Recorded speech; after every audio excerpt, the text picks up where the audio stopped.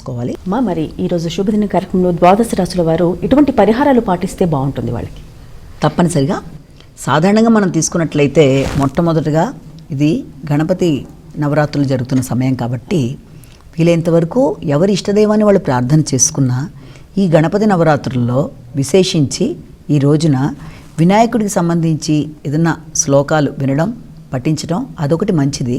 అంతేకాకుండా ఈ రోజున అన్ని రాసుల వారు కూడా వీలైతే మనకి నిత్యం కనబడే సూర్యనారాయణ స్వామి ఆరోగ్యం భాస్కరాదిచ్చేత అంటారు కాబట్టి సూర్యుడి వల్ల ఆరోగ్యం అనేది ఉంటుంది కాబట్టి తప్పనిసరిగా ఆరోగ్యపరమైన అంశాల కొరకు మనం ఈ రోజున ఈయన్ని ప్రార్థించటం, ఎవరిని సూర్యనారాయణమూర్తిని ప్రార్థించటం, అలాగే దాంతోపాటుగా ఇంకా అవకాశం కనుక ఉన్నట్లయితే ఏదైనా అరుణం లాంటిది వినడం, ఆదిత్య హృదయ పారాయణ ఇలాంటివన్నీ కూడా, అంటే కొందరు ఆల్రెడీ ఏదైనా సూర్య నమస్కారాలు లాంటివి చేసుకునే వాళ్ళు ఓకే, అలా కాకుండా ఇంకా ఇంట్రెస్టింగ్గా వినగలిగిన చేయలేకపోయినా ఇది వినడం అనేది చాలా మంచిది.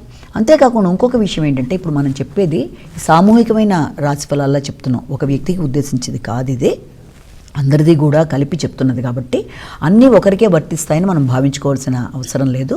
మీ యొక్క జన్మజాతకంతో కలిపి మీకు నడుస్తున్న సమయాన్ని బట్టి అప్పుడు ఈ గోచరాన్ని కలిపి మీరు చూసుకోవాలి తప్ప కేవలం ఇది ప్రతిదీ కూడా సామూహికమైనది ఒక వ్యక్తికి అని కూడా అనుకోకూడదు.